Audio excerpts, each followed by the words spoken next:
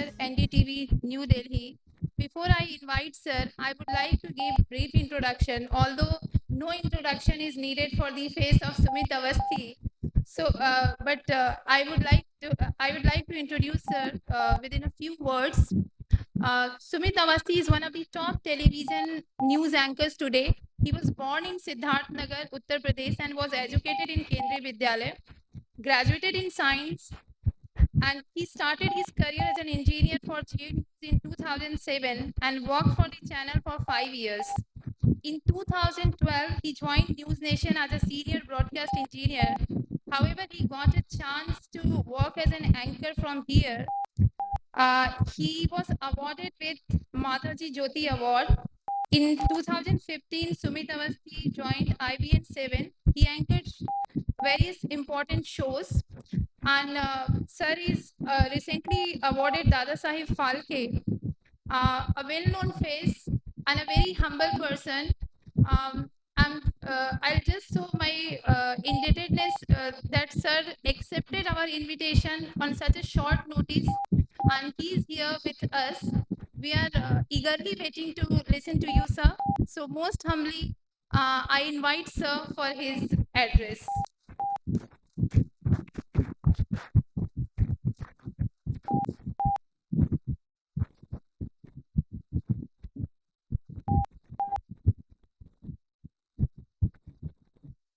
Good afternoon. Namaskar. Thank you so much, DAV. Thank you so much, Mahima ma'am. Thank you so much, Pandey sir. Thank you so much, Principal Saab. Thank you, Ajay ji, for this opportunity. Ajay ji और हम लोग, we are old colleagues. And welcome, Mr. Vacancy, to India. I hope you are enjoying your stay here. I hope you are enjoying the stay. Yes? Good. Thank you. The topic is really very wide, and we can have a whole day sort of a seminar on this topic. It's really difficult to compile your valedictory address or a chief guest address in just half an hour, 40 minutes in this for this topic. But I will try my best, as you said. Language, culture, media, they all are very interrelated. They all are very tightly binded. Whatever we are doing here at the moment, we are contributing to our culture also. And we are propagating this to our media. And we are using a language, either the spoken language or the language of the camera, which is the shooting of us. So, whatever we are doing nowadays, it's the culture. आज से 20 साल के बाद, 50 साल के बाद, 100 साल के बाद, 200 साल के बाद यही सब चीजें याद रखी जाएंगी कि कब क्या हुआ था. दो चार चीजों के साथ बातों को शुरू करता हूं मैं. आज के दौर में मीडिया को लेके बहुत सी ऐसी चीजें हैं, बिकॉज मैं अपने आप को रिलेट करता हूँ मीडिया के साथ इस टॉपिक में, बिकॉज पिछले 27-28 सालों से अलग अलग ऑर्गेनाइजेशंस में काम किया है, न्यूज़ चैनल्स में काम किया है, न्यूज़पेपर में काम किया. तो मैं अपने आप को मीडिया तक ही केंद्रित रखूंगा, और वो मीडिया कैसे कल्चर को डिसिमिनेट करने में अपनी लैंग्वेज के ज़रिए, अपने बातचीत के ज़रिए, अपने कामों के ज़रिए आगे लेके जाता है, उसको समझाने की कोशिश कर सकता हूँ. छोटा सा प्रयास कर रहा हूँ. मेरे लिए वाकई में बहुत ऑनर, गर्व और फख्र की बात है कि आपने इस हॉल में, जहाँ पे ऐसे ऐसे दिग्गजों की तस्वीरें लगी हुई हैं, उसमें मुझे बोलने का मौका मिला, जहाँ मुझे गालिब दिखाई दे रहे हैं, जहाँ मुझे महामना दिखाई दे रहे हैं, रवींद्र बाबू दिखाई दे रहे हैं. इन लोगों के बीच में कुछ भी बोल पाना, कुछ भी कह पाना मेरी औकात के बाहर है. तो इन सब के सामने तो मैं कुछ कह ही नहीं सकता हूँ. लेकिन जो मेरा थोड़ा बहुत अनुभव है बीते 2-2.5 दशकों का, वो मैं शेयर जरूर करूंगा आपके साथ. I suppose and I think it's time for me and the journalists who are of my age, who are in their late 40s or early 50s or late around 60s, it's time for us, all of us, to give it back to the society. हमने बहुत लिया है इस समाज से, इस देश से। अब लौटाने का वक्त है, अब कुछ दे के जाने का वक्त है। तो मेरे पास दे के जाने के लिए मेरी छोटी सी समझ है और मेरा छोटा सा अनुभव है, वही मैं शेयर करता रहता हूँ ऐसे मंचों के जरिए, ऐसे जब इनविटेशंस मुझे मिलते हैं। कल मैं एक और यूनिवर्सिटी में था, कल मैं इंदौर में था, आज मैं बनारस में हूँ। मुझे अच्छा लगता है यंग माइंड्स के बीच में, यंग एंटरप्रेन्योर्स के बीच में, मिलेनियल्स के बीच में जाना, उनसे सीखना। तो अगर कोई कुछ पूछना चाहता है तो वो भी मोस्ट वेलकम है। I would like to answer that, मुझे कोई दिक्कत नहीं है, क्योंकि हमको सब कहते हैं कि आप लोग सवाल बहुत पूछते हैं। तो सवाल पूछने में तो आनंद आता ही आता है, लेकिन जवाब देने वाला जो व्यक्ति होता है उसको कितनी तैयारी करनी पड़ती है, ये बहुत इंपॉर्टेंट है। और जो जवाब नहीं दे पाता है उसकी तैयारी पकड़ी जाती है कि ये होमवर्क करके नहीं आया है। तो मेरे अनुभव मेरे साथ है, मेरा काम मेरे साथ है, मैं उसके अनुसार आपको बता सकता हूँ। आज की तारीख में, coming to the topic now, आज की तारीख में अगर मैं सोसाइटी और मीडिया को जोड़ दूं, एक broad picture, if I try to make a broad picture out of this topic, हम ये कह सकते हैं कि हम इस सोसाइटी में इस मीडिया के जरिए सोशली बहुत इन्वॉल्व है, और social media plays an important role in that, whether it's WhatsApp, whether it's Facebook, whether it's Instagram, whether it's any platform, whatever you are using, any form of communication, any form of platform is which connects us to the maximum. Otherwise तो पहले तो phone था, हम एक आदमी phone करते थे, दूसरा आदमी फोन उठाता था, दो आदमी के बीच का कॉन्वर्सेशन था। अब अगर मैं फेसबुक पे कुछ लिखता हूँ तो मेरे जितने फॉलोअर्स हैं, जितने मेरे जानने वाले हैं, सब उसको पढ़ सकते हैं। अगर मैं ट्वीट कर रहा हूँ तो सब उसको देख सकते हैं। तो हम इस तरीके से अपनी बात को डिसिमिनेट करने के लिए टेक्नोलॉजी के जरिए बहुत ही एम्पावर हो गए, और इस एम्पावरमेंट का फायदा भी हुआ है, नुकसान भी हुआ है। तो मैं दोनों एस्पेक्ट पे बात करने की कोशिश करूंगा। फायदा ये हुआ है, पहले पॉजिटिव चीजों की बात करते हैं, पर नेगेटिव से आंखें बंद नहीं करेंगे, क्योंकि उससे हमको सचेत रहने की जरूरत है, उस पर भी फोकस करूंगा। फायदा ये हुआ है आज के इस दौर में, जब हम सोशल मीडिया के वक्त में रह रहे हैं, और हम, जैसे मैंने कहा, हम कभी भी कहीं भी कुछ भी लिख सकते हैं, हम किसी भी चीज पर बेबाक अपनी राय दे सकते हैं, कहीं किसी को पूछने की, बताने की जरूरत नहीं है, हम लोग अपने आप में पावर है। पर हम जो कर रहे हैं, हम जो लिख रहे हैं, हम जो राय दे रहे हैं सोशल मीडिया प्लेटफॉर्म पर, क्या उस पर किसी तरह के फिल्टरेशन की आवश्यकता है?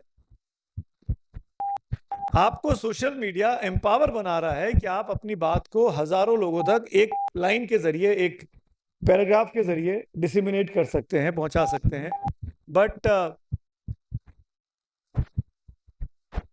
कल तक अखबार और पत्रिकाएं थी जो आपकी बात को आगे लेके जाती थी। आज हम सब अपने आप में अखबार, पत्रिकाएं, we all are citizen journalist because of this mobile phone, smartphones जो हम सबके हाथ में है। पहले ऐसी बहुत सी खबरें होती थी, अजय जी बैठे हुए हैं और भी जर्नलिस्ट जिन्होंने जर्नलिज्म किया है, हम लोग डेलिबरेटली सोसाइटी का ताना बाना खराब ना हो, हम उन सेंसिटिविटीज को ध्यान में रखते थे, और बहुत ही जो एडिटोरियल प्रूडेंस जिसको बात कही जाती है, उसका इस्तेमाल करते थे, और कुछ शब्दों का जानबूझकर उन कॉपीज में नहीं लिखा जाता था, बिकॉज हमको इस सोसाइटी के ताने बाने को बिगाड़ना नहीं था। वो जिम्मेदारी हम पत्रकारों पर थी, क्योंकि हम ये क्लेम करते हैं, हमको किसी ने कहा नहीं है कि हम फोर्थ स्टेट हैं, हम खुद ही कहते हैं कि हम फोर्थ स्टेट हैं, हम खुद ही कहते हैं कि हम फोर्थ पिलर है डेमोक्रेसी का। हमको मजा आता है अपने आप को वहां खड़ा करने में कि हम उन सबके बराबर में। तो वो जिम्मेदारी हमने अपने कंधों पे ली थी कि हमको इस सोसाइटी के ताने बाने को बिगड़ने नहीं देना, as a journalist, as a media professional. तो जब तक सोशल मीडिया इतना तेज नहीं था, आज से 10 साल पहले चले जाइए, या 15 साल, 2010 के पहले का दुनिया देखिए, आप हिंदुस्तान देखिए, दुनिया की बात करेंगे तो 2000 के पहले चले जाइए, जब सोशल मीडिया इतना तेज नहीं था, इंटरनेट इतना ताकतवर नहीं था, तो एक इंस्टीट्यूशन था मीडिया हाउसेस में, विच इज एडिटर, और वो एडिटर की जिम्मेदारी थी कि सोसाइटी के ताने बाने को बिगड़ने नहीं देना है, because you are answerable to the public, your viewers, your readers, as well as you are answerable to your government who has given you the license to running a news channel or running a newspaper. तो हम लोग एक जिम्मेदारी के तहत इस तरह के काम करते थे जिससे सोसाइटी में प्यार मोहब्बत बनी रहे। और ऐसे बहुत से लोग मीडिया पे सवाल खड़े करते थे कि आप हमारे पक्ष की बातें नहीं दिखाते हैं, आप रोक लेते हैं, आप संपादक जो हैं वो फिल्टरेशन के नाम पर आवाजों को दबा देते हैं। इस तरह के इल्जाम लगते थे उस दौर में। कमिंग टू नाउ, 10 साल आगे, 2010-2015 के बाद का भारत, सबके पास फेसबुक है, सबके पास व्हाट्सएप है, सबके पास सस्ता इंटरनेट है, डेटा फ्री है। अब आपके पास वो जो आप सब जितने लोग बैठे हुए हैं, आपको किसी जनसत्ता में लिखने की जरूरत नहीं है, किसी रविवार की मैगजीन में लिखने की जरूरत नहीं है, किसी इलस्ट्रेटेड वीकली की जरूरत नहीं है, किसी इंडियन एक्सप्रेस की जरूरत नहीं है, किसी टेलीग्राफ की जरूरत नहीं है। आपको लेटर टू द एडिटर जो हम लोग लिखते थे और हफ्ते भर के बाद छपता था, आज से 25 साल पहले जब हमने शुरू किया था, 30 साल पहले, तो हम खुश हो जाते थे कि आज मेरा लेटर टू द एडिटर छपा है, कि आज लिखा 3 दिन के बाद छपा, पायनियर में छपा है, आज एक्सप्रेस में छपा है। अब वो दौर खत्म हो गया। अब आपने तुरंत लिखा कि मैं इस वक्त I am watching Sumit Awasthi on फला फला TV channel and he is doing this bullshit, and you can blame anyone of all of us कि आप ये गलत दिखा रहे हैं या आप ये इस तरीके से दिखा रहे हैं, आप ये उस तरीके। You have become the viewer, the reader has become empowered through technology, through internet, through फिर उस एम्पावरमेंट का जो प्रॉब्लम आनी शुरू हुई, जो मिसयूज होना शुरू हुआ, उस एम्पावरमेंट में वो जो फिल्टरेशन था कि एक संपादक था बीच में जो खबरों को इस जिम्मेदारी के साथ दिखाता था, पेश करता था कि सोसाइटी का ताना बाना ना बिगड़े, देश में न्यूसेंस ना क्रिएट हो, ये मेरी जिम्मेदारी है, मैं इसको बना के रखूं, वो खत्म हो गया। अब जो आदमी जिसको चाहे जो लिख सकता है, जिसको चाहे जहां पेंट कर सकता है, और वो हुआ, हम सब ने देखा, हम सब झेलते हैं, आज भी झेलते हैं। और ये बड़ा सिस्टमैटिकली किया गया, ये पूरी सोसाइटी ने, पूरे समाज ने बहुत ही सिस्टमैटिकली किया कि जो जर्नलिस्ट अपने आप को ये कहते थे कि हम इस समाज की सबसे साफ सुथरी छवि वाले लोग हैं और हम इस समाज को संभाल के रखे हुए हैं, सबसे पहले इन्हीं को डिस्क्रेडिट कर दिया जाए कि मीडिया तो बिका हुआ है, आप तो बिकाऊ मीडिया है। मीडिया को ये तुरंत पेंट कर दिया गया और वो मतलब वो उसके लिए टेक्नोलॉजी का बहुत बड़ा रोल रहा कि आप सब एम्पावर हो गए कि आप अपने मन की बात कह सकते थे। पहले मीडिया को ब्लेम कर दिया गया, फिर आप लोगों ने, आप लोग, जब मैं आप कह रहा हूं तो हम सबकी बात कर रहा हूं, I include my self in that, हमने ये कहना शुरू कर दिया कि ये तो दिखाएंगे नहीं पर मैंने ऐसा देखा है, ये तो लिखेंगे नहीं पर मैं वहां गया था, वहां ऐसा हो रहा था, ये मेरी आंखों की देखी हुई चीज है। गलत चीजें, जो चीजें छुपाई जाती थी, जो चीजें नहीं बताई जाती थी, जिससे डिस्टर्बेंस पैदा हो सकता था, उनको प्लेटफॉर्म मिल गया। और वो चीजें ऐसी, जो सोसाइटी में ऐसी ताकतें हमारे आसपास हमेशा से रही हैं जो ऐसी चीजों को प्रोपोगेट करती हैं, आगे बढ़ाती हैं। प्रोपोगेट से मैं कुछ और भी बताऊंगा आगे, इस शब्द से याद आया, क्योंकि अभी हम लोग वॉर के वक्त में रह रहे हैं, इजराइल और हमास के बीच जो कुछ चल रहा है, उसमें बहुत बड़ा रोल एक मीडिया वॉर का भी चल रहा है, तो प्रोपोगेंडा वॉर का भी चल रहा है। सिलेक्टेड वीडियोस लीक किए जा रहे हैं, सिलेक्टेड वीडियोस वायरल किए जा रहे हैं अपने फायदे के लिए, दोनों तरफों से। ये हो गया है आजकल। एक वॉर असली होता है जो बंदूकों से लड़ा जाता है, एक वॉर सोशल मीडिया पे हो गया है जो दिमाग से लड़ा जाता है, जो दिमाग को कुंद करता है, आपको सोचने के ताकत से परेशान कर देता है, मरहूम कर देता है कि आप सोचिए मत, हम आप सोच रहे हैं ना, आप विश्वास करिए, आप भरोसा करिए।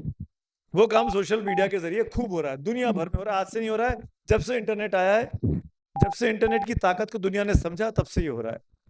तो coming back to my point, वो फिल्टरेशन हट गया जो संपादक के हाथ में होता था कि मुझे ये खबर नहीं दिखानी है, या इसको इस तरीके से दिखाना है, संभल के दिखाना है, इसको बड़ा करके नहीं दिखाना है, इसको छोटा सा दिखा देंगे, इसको बॉक्स में छाप देंगे, वो चीजें खत्म हो गई। Everybody has become empowered, everybody has started writing their own post, और वो पोस्ट बहुत से लोगों ने वायरल करने शुरू कर दिए। अब हुआ क्या कि जिस सोसाइटी में हम रहते हैं, जिस समाज में हम रहते हैं, उस समाज में आपस में डिफरेंसेस शुरू हो गए। जिस डिफरेंसेस को हमको बना के रखना था, हमको संभाल के रखना था, जिस सोसाइटी के ताने बाने को, वो डिस्टर्ब होना शुरू हो गया। हम लोग हिंदुस्तान की ताकत ही ये रही है कि हिंदू मुस्लिम सिख ईसाई आपस में सब भाई भाई। हम सब हमेशा से, आज जहां भी ये देश खड़ा है, जो भी हमारा कल्चर है, अच्छा बुरा खराब, आप उसको जैसे देखना चाहें, वो हम ही सबका बनाया हुआ है। या तो हमने बनाया है, या हमारे पूर्वजों ने बनाया है, या उनसे सीख के हम उसको आगे बढ़ा रहे हैं, या अब हमारे बच्चे बनाएंगे। हम सब ने इसमें कंट्रीब्यूट किया है। ये अगर अच्छा है तो हमारी वजह से है, ये अगर बुरा है तो हमारी वजह से है। हम लोग अभी तक अपने डिफरेंसेस को सेलिब्रेट करते थे।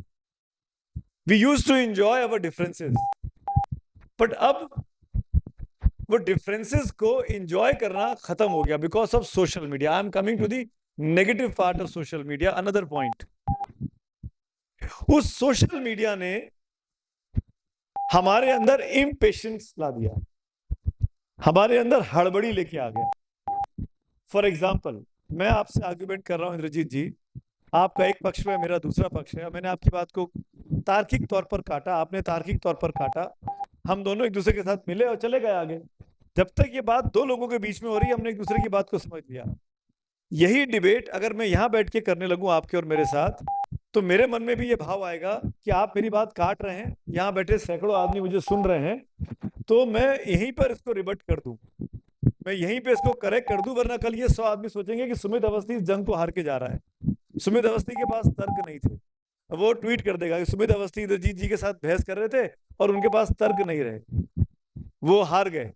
मुझे अपनी इमेज की चिंता हो गई कि मैं इतना बड़ा एंकर, इतना बड़ा तार्किक आदमी, और मैं इंद्रजीत जी से कैसे हार सकता हूँ, मैं तो दुनिया को चुप करा देता हूँ। तो मैंने आपको तुरंत काटा, मेरे अंदर इनटॉलरेंस आ गया, मैं रिपल्सिव बन गया। पहले वो रिपल्सिव भाषा में था, फिर वो व्यवहार में आया, और फिर वो मेरे उसकी वजह से मेरे समाज में आ गया, मेरे आसपास के मेरे जो चाहने वाले लोग थे उनमें आ गया। और इसके लिए मैं बहुत बड़ी जिम्मेदारी सोशल मीडिया के प्रेशर को मानता हूँ कि नहीं, मैं फेल कैसे हो सकता हूँ, मैं असफल कैसे हो सकता हूँ। असफल होना कोई बुरी बात नहीं है दोस्तों, बहुत से लोग जीवन में असफल होते हैं और फिर जाके आगे बढ़ते हैं। असफलता से हमको बहुत कुछ सीखने को मिलता है।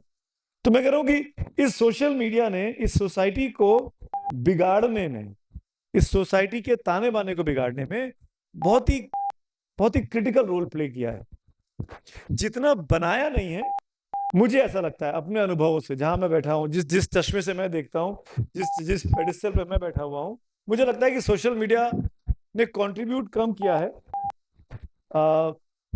क्या ताकतें ऐसी आ गई हैं जो सोशल मीडिया का मिसयूज करके उसको अनसोशल बना दिया। नाम उसका सोशल जरूर है, लेकिन वो सोशल नहीं रह गया है, वो अनसोशल बना दे रहा है हम लोगों को। तो ये बहुत बड़ा कैच आ गया है। तो जिसके पास सोशल मीडिया की ताकत है, जो ट्वीट करता है, जो फेसबुक पे डालता है, जो व्हाट्सएप को आगे बढ़ा देता है बगैर सोचे समझे, मेरी आप सबसे रिक्वेस्ट है कि सोशल मीडिया पर हर चीज सच नहीं है। यूट्यूब पे डाला गया हर वीडियो सच नहीं है। जो पोस्ट लिखा गया है, चाहे मैंने लिखा हो, चाहे किसी भी बड़े आदमी ने लिखा हो, वो सच ही लिखा हो, ये गारंटीड नहीं है। ये उसकी राय है, ये उस व्यक्ति की, इंडिविजुअल की राय है। उस राय को मानना नहीं मानना, कैसे मानना, वो आपके विवेक पर, आपकी बुद्धि पर डिपेंड करता है। और आसान शब्दों में समझाता हूं, मैं बनारस आया पहली बार, बनारस में कहाँ जाऊं, बनारस में घूमने वाली जगह क्या है बाबा के दर्शन के अलावा। गूगल किया तो गूगल ने 50 चीजें दिखा दी कि आप इस मंदिर में जा सकते हैं, यहाँ जा सकते हैं, आ सकते हैं। इंफॉर्मेशन मेरे पास आ गई, जानकारी है, वो इंफॉर्मेशन है, वो मेरा ज्ञान नहीं है। मेरा ज्ञान कब होगा, वो नॉलेज कब होगा, जब उन जगहों पर मैं जाऊं और जो वो लिखा हुआ है उसको क्रॉस चेक करूं कि जो लिखा हुआ था वो सच है कि नहीं है, जैसा कहा गया वैसा है कि नहीं है। मैं अपने अनुभव जब उस इंफॉर्मेशन में मिला देता हूं, तब वो मेरा ज्ञान बन जाता है, मेरी समझ बन जाती है। और उस समझ को जब मैं किसी तीसरे को बताता हूं, जब मैं आप तो अपनी बात समझाने की कोशिश करता हूं, तो आप समझते हैं कि मेरा विवेक क्या है। जो मेरा समझ है वो आपकी दृष्टि में मेरा विवेक बन जाता है कि सुमित अवस्थी तो इस सोच के आदमी है, उन्होंने मुझे ऐसा बताया था। वो फिर मैं वो कह रहा हूं कि वो मेरी राय है, वो आपकी राय हो जरूरी नहीं है। मैं अपनी राय अगर आप पे थोपूं तो मैं गड़बड़ कर रहा हूं, तो मैं गलत कर रहा हूं। मैं आपको फोर्स नहीं कर सकता हूं, मैं आपको समझा सकता हूं, बता सकता हूं। सोशल मीडिया ने, इस इंटरनेट के जमाने में, फ्री डेटा ने हमको ये सब चीजों पे हमारे दिमाग को कुंद कर दिया, खत्म कर दिया। हम लोग सोचते नहीं हैं। अब क्या हो गया है, अब मैं आपको असलियत बता रहा हूं। हम चाहते हैं कि आप मेरे मन की बात टीवी पर बैठ के बोल दो। मेरे मन में जो है, एज ए दर्शक, मैं एंकर कर रहा हूं, तो आप वहां बैठ के मेरे मन की बात बोलो तो आप मेरे फेवरेट एंकर हो। अगर मैंने आपके मन की बात नहीं बोली तो आप मेरे आई डोंट लाइक यू, आप फला ढिमकाना हो, आप इस कैटेगरी में हो, आप उस कैटेगरी में हो। आप मुझे वहां इक्वेट कर देते हैं और मेरी छवि फिर आपने आज एक को बताई, फिर दो को बताएंगे, फिर 10 को बताएंगे, और फिर वो छवि ऐसे बन जाती है। एज अ मीडिया प्रोफेशनल मुझे उससे दिक्कत नहीं है, मुझे उससे कतई दिक्कत नहीं है, क्योंकि जब हम सवाल करते हैं तो सवालों के दायरे में हम भी आते हैं। अगर कोई मुझसे मेरे विवेक पे सवाल पूछे, मेरी विचारधारा पे सवाल पूछे, मेरे काम पे सवाल पूछे, तो उसको सेटिस्फाई करना मेरा आंसर, मेरी जवाबदेही है, मेरी जिम्मेदारी है। मैं नहीं दे पाता हूं, नहीं कर पाता हूं, तो ये मेरी कमी है। अगर मैं कन्विंस कर सकता हूं, अगर मैं समझा सकता हूं, अगर मैं अपनी बात को ठीक से आपके सामने रख सकता हूं, तो वो मेरी ताकत है।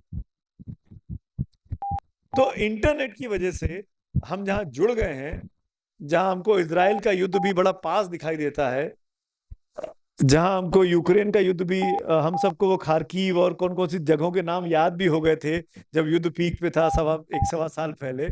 सबके जर्नलिस्ट वहां मौजूद थे।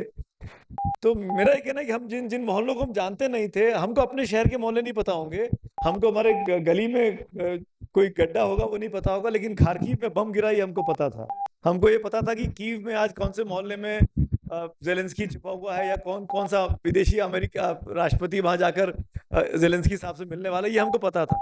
अपने मोहल्ले में फला आदमी के घर में पड़ोस में कौन रहता है हमको नहीं पता था। हमारे फ्लैट के सामने कौन रहता है हमको उसका नाम पता नहीं पता था, लेकिन हमको वहां क्या हो रहा है ये हमको पता था। तो इंटरनेट ने जहां इंफॉर्मेशन हमारे लिए आसान कर दी, टीवी ने, इंटरनेट ने, लेकिन हमको सोचने के लिए हमको पंगु बना दिया। हम सोचते नहीं है। अब हम चाहते हैं कि हमारी बातें आप अपने मन में अपने मुंह से कह दीजिए। और दोस्तों, जो यहाँ पे छात्र हैं, जो स्टूडेंट्स हैं, मैं उनसे हाथ जोड़ के रिक्वेस्ट करना चाहूंगा, और मैं हर मंच पे बात कहता हूं कि पढ़ना बहुत जरूरी है।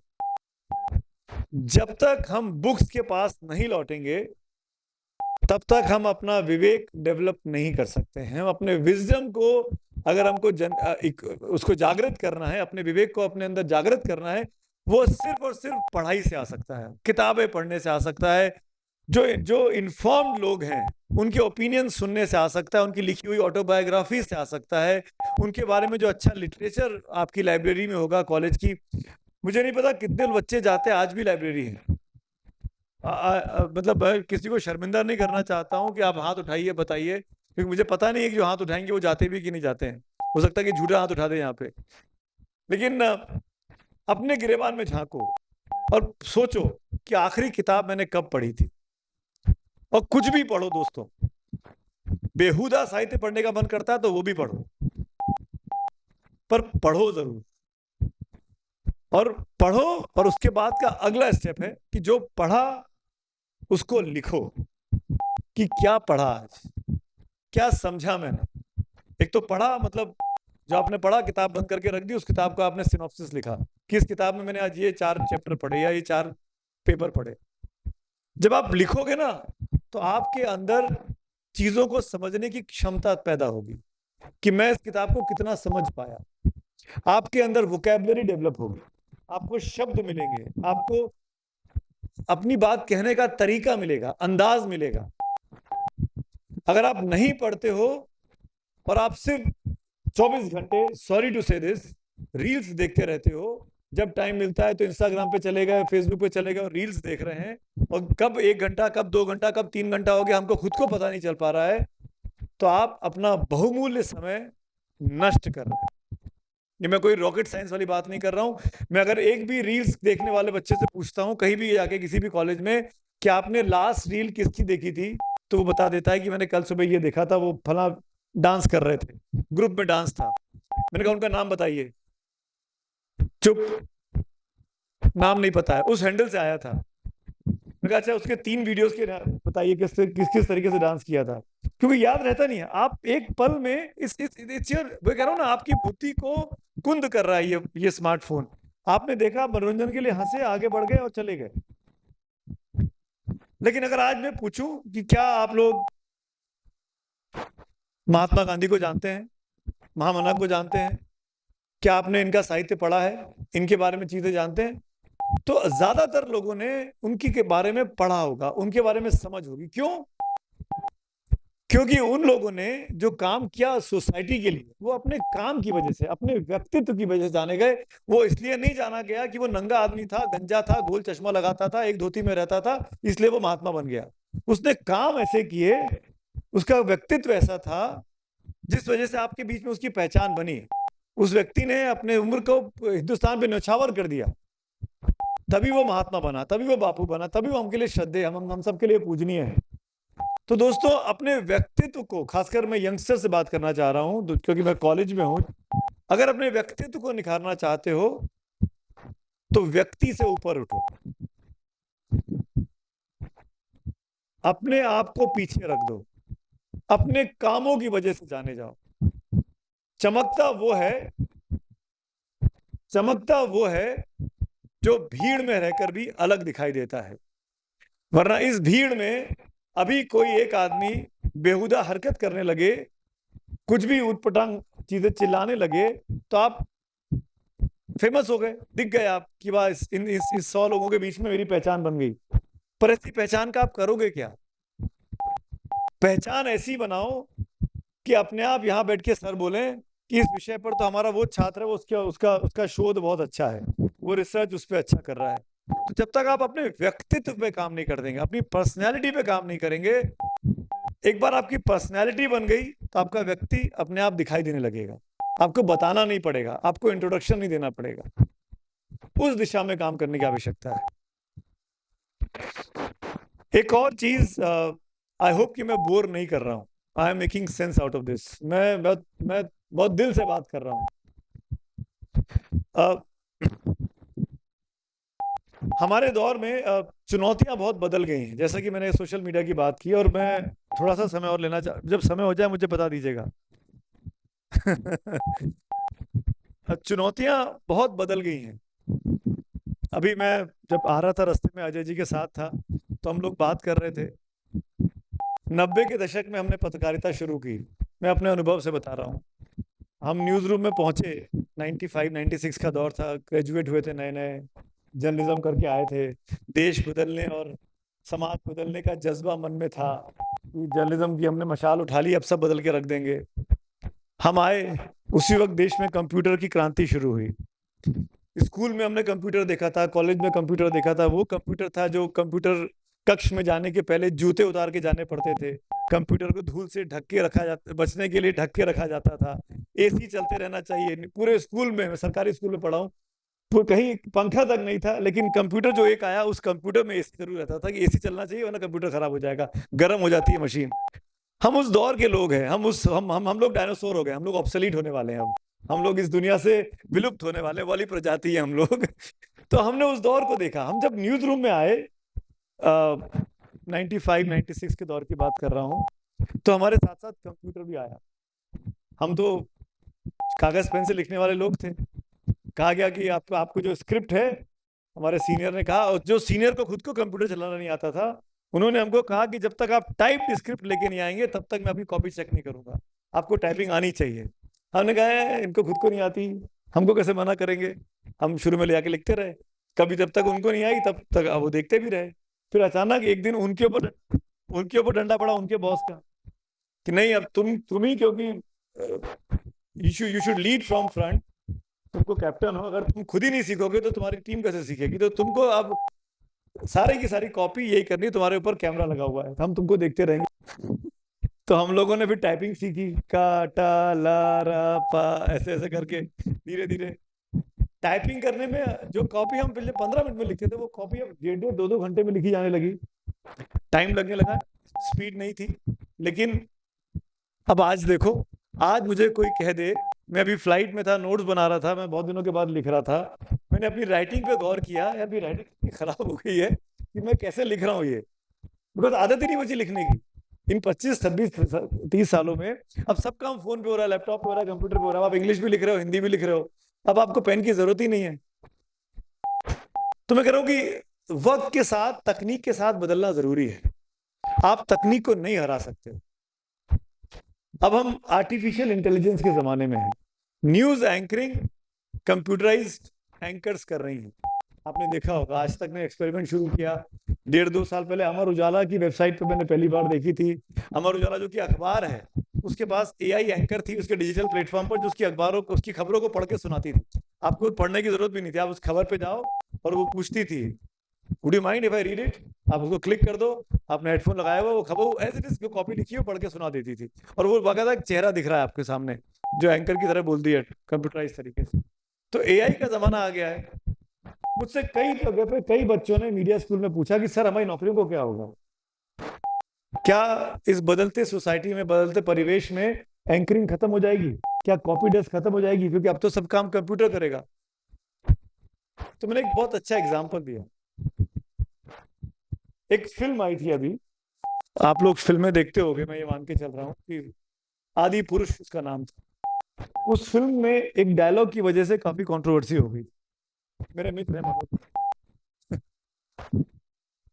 उस फिल्म ने ऐसे तो 300-400 करोड़ का बिजनेस किया, जो हम लोग देखते हैं, पढ़ते हैं कि मतलब 100-200 करोड़ कर ले तो फिल्म सुपर डुपर हिट है। मैंने कहा आप आर्टिफिशियल इंटेलिजेंस के प्लेटफॉर्म पे जाइए, बार्ड पे जाइए, चैट जीपीटी पे जाइए, और उससे पूछिए कि आदि पुरुष के बारे में एक राइटअप लिख के दे दे। तो उसने जो राइटअप लिख के दिया, मैं एक बच्चों के साथ ही था किसी प्रैक्टिकल में, किसी कॉलेज में, तो उसने कहा कि फिल्म सुपर हिट है, फिल्म में 400 करोड़ का बिजनेस किया है, फिल्म बहुत अच्छी चल रही है। तो मैंने वो आर्टिकल निकाला, प्रिंट आउट, मैंने कहा आप सब सहमत है इस बात से? तो 10 बच्चों ने हाथ खड़े कर दिए, नहीं सर बिल्कुल नहीं, बहुत वाहियात फिल्म थी। मैंने कहा कैसे वाहियात थी? तो सर उसमें तो ये ऐसे डायलॉग था, ऐसे ऐसे ऐसे कैसे कोई हनुमान जी के बारे में बोल सकता है, ऐसे कैसे कोई भगवान रामचंद्र के बारे में बोल सकता है? तो कहा ये कहाँ से आया आपके दिमाग से, ये समझ आपके दिमाग में क्यों आई? तो बोला कि सर हमको ऐसे ही पता है, हमारी हमारी अपब्रिंगिंग ऐसी हुई, हमने ऐसी रामायण देखी है, हमने ऐसे चीजें देखी हैं। इसमें तो बहुत ही सस्ता कर दिया, बहुत बहुत, बहुत गंदे गंदे शब्दों का इस्तेमाल किया। मैं यहाँ बोलना नहीं चाह रहा हूँ माइक पे, क्योंकि कैमरा ऑन है आपका वो प्राइवेट कॉन्वर्सेशन था।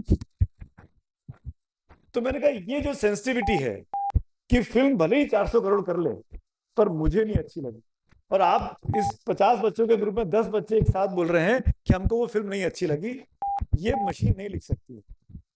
मशीन तो नंबर लिखेगी कि 300 करोड़ किया तो फिल्म हिट है, 3 करोड़ किया तो फिल्म फ्लॉप हो। ये सेंसिटिविटी आदमी का दिमाग ही पकड़ सकता है। तो जिसके पास दिल और दिमाग है, उसकी नौकरी कहीं नहीं जा रही है। कितना भी आर्टिफिशियल इंटेलिजेंस आ जाए, कितने भी एआई के एंकर बन जाए, ये काम को सस्ता जरूर कर देंगे। आपको ह्यूमन रिसोर्स के पीछे भागना नहीं पड़ेगा, आप मशीन में डाल के अपना काम चला सकते हैं, पर खबर तो इंसान ही बताएगा ना। अगर एक्सीडेंट हो रहा है पटना में देर रात को, तो वो मशीन तो पहली बात तो जब मशीन में डलेगी तो क्या आदमी डालेगा ना कि रेल एक्सीडेंट हुआ, 4 डब्बे पर डिरेल हो गए, वो मशीन थोड़ी अपने आप डाल देगी। वो पहला जो आदमी है, जो ग्राउंड पे है, जो पत्रकार है, जो रिपोर्टर है, जो खबर लिख रहा है, उसकी नौकरी को कोई खतरा नहीं। अगर आप जर्नलिस्ट हो तो उससे इस आर्टिफिशियल इंटेलिजेंस या तकनीक से डरने की जरूरत नहीं। जैसे सीएनजी आई तो कहा गया कि पेट्रोल की गाड़ियां बंद हो जाएंगी, डीजल बंद हो जाएगा, बंद हुआ क्या? नहीं आया। कंप्यूटर आया तो कहा गया कि अब पत्रकार खत्म हो जाएंगे, कुछ नहीं हुआ। प्रिंट टीवी आया तो कहा गया कि प्रिंट खत्म हो जाएगा, अखबार बंद हुआ क्या? 30 साल से देख रहे हैं, टीवी भी चल रहा है, न्यूज भी चल रही है, अखबार भी चल रहे हैं, और अखबार खुलते जा रहे हैं, अखबार बढ़ते जा रहे हैं। अखबार ने तकनीक को अपना लिया, हर अखबार का डिजिटल प्लेटफॉर्म पे न्यूज चैनल चल रहा है। हिंदुस्तान का भी चलता है, जागरण का भी चलता है, भास्कर का भी चलता है, हिंदू का भी चलता है, टेलीग्राफ का भी चलता है। उनको जाके आईएनडी मिनिस्ट्री से परमिशन लेने की जरूरत नहीं, उन्होंने अपना यूट्यूब चैनल खोला, अपने ब्रांड के साथ एक प्लेटफॉर्म खड़ा कर दिया। तो तकनीक की मदद लेनी है, तकनीक के जरिए अपने काम को आसान बनाना है, सुलभ बनाना है। तो that's how you can contribute to build a society through technology. और ये हमारी मीडिया जो भाषा है, जो लैंग्वेज है, उसमें हम सब इस माध्यम से मदद कर सकते हैं। एक लास्ट पॉइंट, जो बच्चे उतरेंगे समाज में, काम काज करेंगे, नौकरी पेशा करेंगे, कुछ लोग जर्नलिस्ट भी बनेंगे, तो मैं स्पेसिफिकली ज्यादातर ये बात जर्नलिज्म के बच्चों के लिए बोलना चाहता हूँ, जो कभी अगर इस फील्ड में आए तो मोस्ट वेलकम दोस्तों, स्वागत है आपका। काजल की कोठरी है जर्नलिज्म, काजल की कोठरी है, क्योंकि आजकल आपके एक पोस्ट पे आपको पेंट कर दिया जाता है कि आप XYZ हैं, आप फला हैं, आप ढिमकाना है। कहने दीजिए, करने दीजिए। अगर आप रात को चैन से आराम से सो रहे हैं, अगर आपने दिन में चोरी नहीं की है, अगर आपने ईमानदार से ग्राउंड पे जाके आम जनता के सरोकार की खबरें की हैं, तो आपको परेशान होने की जरूरत नहीं। इस काजल की कोठरी में रहकर भी बेदाग रहा जा सकता है। बहुत से एग्जाम्पल्स हैं हमारे पास, आप अपने आसपास देखेंगे तो ऐसे बहुत से पत्रकार काम कर रहे हैं, ऐसे बहुत से जर्नलिस्ट काम कर रहे हैं। आपके बनारस में, आपके लखनऊ में, खासकर छोटे शहरों में जर्नलिज्म आज भी जिंदा है। जमीनी रिपोर्ट आज भी छोटे शहरों से, गांव से निकल कर आती है, जो 2 दिन के बाद राष्ट्रीय अखबारों में बड़ी बड़ी बन के फ्रंट पेज पे छप जाती है और फिर वो देश भर में बहस का मुद्दा बनती है। तो पत्रकार आज भी जिंदा है। पत्रकारिता के लोग आज भी समाज को बनाए रखने में कंट्रीब्यूट कर रहे हैं। उनको पेंट करके, उनको बदनाम करके, उनको परेशान करके कुछ ताकतें हैं जिनके सियासी मकसद होते हैं, उनको करने दीजिए। वो पहले भी थी, ऐसा नहीं कि अभी हो गई है, वो हिंदुस्तान में शुरू से रही है। आपको आपको आपको डिस्क्रेडिट करने की, आपको बदनाम करने की, इन ताकतों से परेशान होने की जरूरत नहीं है। आप अपने माध्यम से, चाहे वो कैमरे का हो, चाहे वो पेन का हो, चाहे वो डिजिटल का हो, चाहे वो जिस भी तरीके से आप कंट्रीब्यूट कर सकते हैं समाज में, वो जरूर करिए। हमको कहा जाता है कि हम लोग TRP के पीछे भागते हैं। एक बहुत शब्द आप लोग सुनते होंगे, TRP, रेटिंग। तो मेरे आप सबसे गुजारिश है, और ये इस मंच के जरिए मैं सबसे बोलना चाहता हूं, क्योंकि आप सब हमारे दर्शक भी हैं, आप हमारे पाठक भी हैं, आप मुझे पसंद करते हैं, इसीलिए आपने हमको बुलाया इतनी दूर से और मैं यहाँ आया। तो ये बात मैं कहना चाहता हूँ, अगर आपको लगता है कि मैं गलत काम करता हूँ, गलत चीजें दिखाता हूँ, गलत खबरें दिखाता हूँ, तो मुझे मत देखिए, बंद कर दीजिए। मेरी खबरों को व्यूज मत दीजिए, उनको लाइक्स मत दीजिए। जिस दिन मुझे इस बात का एहसास हो जाएगा कि मुझे व्यूज नहीं मिल रहे हैं, तो मैं अपना ट्रैक बदलूंगा। मैं अपने आप पे काम करूंगा कि नहीं, मैं अपने दर्शक तक अपने मन की बात नहीं पहुंचा पा रहा हूँ, मुझ में कोई कमी रह गई। अगर आप वो पाकिस्तान से आई सीमा हैदर के वीडियोस को देखेंगे और उसको लाइक करेंगे मिलियंस में, तो मैं कुछ नहीं कर सकता हूँ। मैं उस न्यूज रूम में बैठा हूं जो एक कंपटीशन के दौर में है, जिसमें कट थ्रोट कंपटीशन है, जिसके साथ 300-400 आदमी की टीम काम कर रही है, 300-400 परिवार चल रहे हैं, जहां पर जरा सी बात पे व्यूवरशिप ऊपर नीचे होती है तो आपकी स्पॉन्सरशिप ऊपर नीचे हो जाती है। तो मैं अगर आप पॉजिटिव जर्नलिज्म देखना चाहते हैं तो वो मुफ्त में नहीं मिलता है। एक अखबार की कीमत 35 रुपए 40 रुपए की छपता है अखबार। जो अखबार में लोग काम करते हैं उनसे पूछेगा, अखबार की एक कॉस्ट आती है। जो दिल्ली के अखबार है, राष्ट्रीय अखबार जो ग्लेज पेपर पे छपते हैं, उनकी कीमत 40 रुपए तक आती है, सिर्फ एक कॉपी की, जिसमें 16 पेज या 32 पेज होते हैं।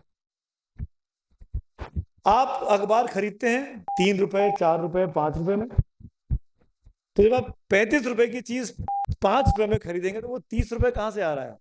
वो अखबार में छपा विज्ञापन दे रहा है। वो अखबार में छपा जो विज्ञापन है, उससे उन पत्रकारों का EMI भी जा रही है, उनके बच्चे भी पढ़ रहे हैं, उनकी तनख्वाहें भी निकल रही हैं।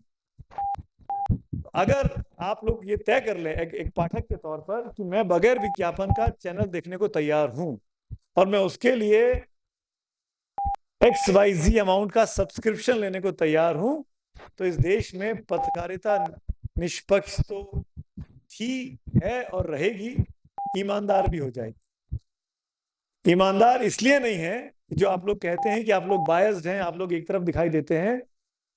उसकी बहुत बड़ी वजह यह है कि आज भी न्यूज चैनल्स पे, डिजिटल प्लेटफॉर्म्स पे मैक्सिमम स्पॉन्सरशिप जो आती है it comes from government ads. अगर आप revenue based subscription based model पे चले जाएं कि मैं एक चैनल देखने का, आपको पता है एक खबर जैसे मैंने अखबार का बताया, एक न्यूज क्लिप बनाने की कीमत हमको मेरे ख्याल से, अगर मैं बहुत ट्रेवल नहीं कर रहा हूं तो 5 से 7 हजार रुपए आती है, 10,000 रुपए। और ऐसी दिन भर में कम से कम 80, 90, 100 खबरें एक न्यूज रूम में बनती हैं, और वो आपको 100 रुपए के मासिक सब्सक्रिप्शन पर टाटा स्काई पर या आपके केबल पे या वहां पे दिख जाती है। मैं कहूं कि नहीं, आपको 100 रुपए नहीं, आपको 300 रुपए देने आज से, तो क्या आप देखेंगे? आप बंद कर देंगे मुझे, क्योंकि हमको फ्री का देखने की आदत पड़ गई। हमको सस्ता अखबार, सस्ता मतलब सस्ता अखबार की बात नहीं कर रहा हूँ, प्राइस, उस प्राइस की बात कर रहा हूँ कि 35 रुपए का अखबार 5 रुपए में पढ़ने की आदत पड़ गई है। जैसे ही आप अच्छी खबर के लिए पैसा देना शुरू करेंगे, ऐसे बहुत से पत्रकार हैं आपके आसपास जो वो सब काम नहीं करना चाहते हैं जो इस दौर में उनको करने पड़ रहे हैं, क्योंकि दौर ऐसा आ गया है। तो ये मेरी हाथ जोड़ के गुजारिश है। दूसरी गुजारिश है, एक तो पहली ये कि किताबें पढ़िए, जरूर पढ़िए, और दूसरी ये कि अगर आप पत्रकारिता को इस देश में जिंदा रखना चाहते हैं तो अच्छे पत्रकारों को, अच्छे जर्नलिज्म को, जिसको भी आप अच्छा मानते हैं, वो आपकी चॉइस है, उसको आप सब्सक्रिप्शन मॉडल पे जाइए, उसको चंदा दीजिए, उसको पैसा दीजिए, ताकि वो ईमानदारी से अपना काम आगे बढ़ा सके। और ऐसे लोग जो समाज को बांटने का काम कर रहे हैं, तोड़फोड़ का काम कर रहे हैं, अपनी बातों से, अपने विचारों से, जो आपके दिमाग को कुंद कर रहे हैं, उनसे बचिए, क्योंकि वो सोसाइटी को न सिर्फ नुकसान पहुंचा रहे हैं, बल्कि आगे जाके जब आज का इतिहास लिखा जाएगा, आज से 100, 200, 500 साल के बाद, तो दोषी हम भी होंगे, क्योंकि हमने अपनी आवाज नहीं उठाई थी, क्योंकि हमने सच बात के अपनी आवाज नहीं रखी, इसीलिए हम इस पाप से बच नहीं सकते। Thank you so much. नमस्ते।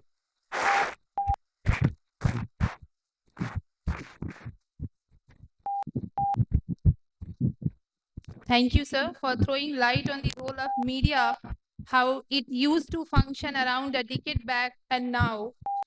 Indeed, rapid digitalization and representations have become crucial in today's scenario. Social media has played great role in providing another height to the culture of post-truth. And it actually curtails our power of thinking, the way you referred, looking at the reels and memes, and the way it is constituting idioms. And I don't know how to define those idioms, because cultural studies talks about bringing up the low culture, and whether it is low culture or high culture, something that degrades us. I just want to throw on that kind of idiom which have become nowadays language of the youngsters of the current generation. So the role of this digital world and all the representation via all artifacts are very, very important if we are thinking about our future generation. So thank you, sirs, for throwing the light, especially on the negative aspects of media. And it is a must talk in this particular conference. You measured one very important section of the conference. Thank you, sir, for accepting our invitation and for being here with us.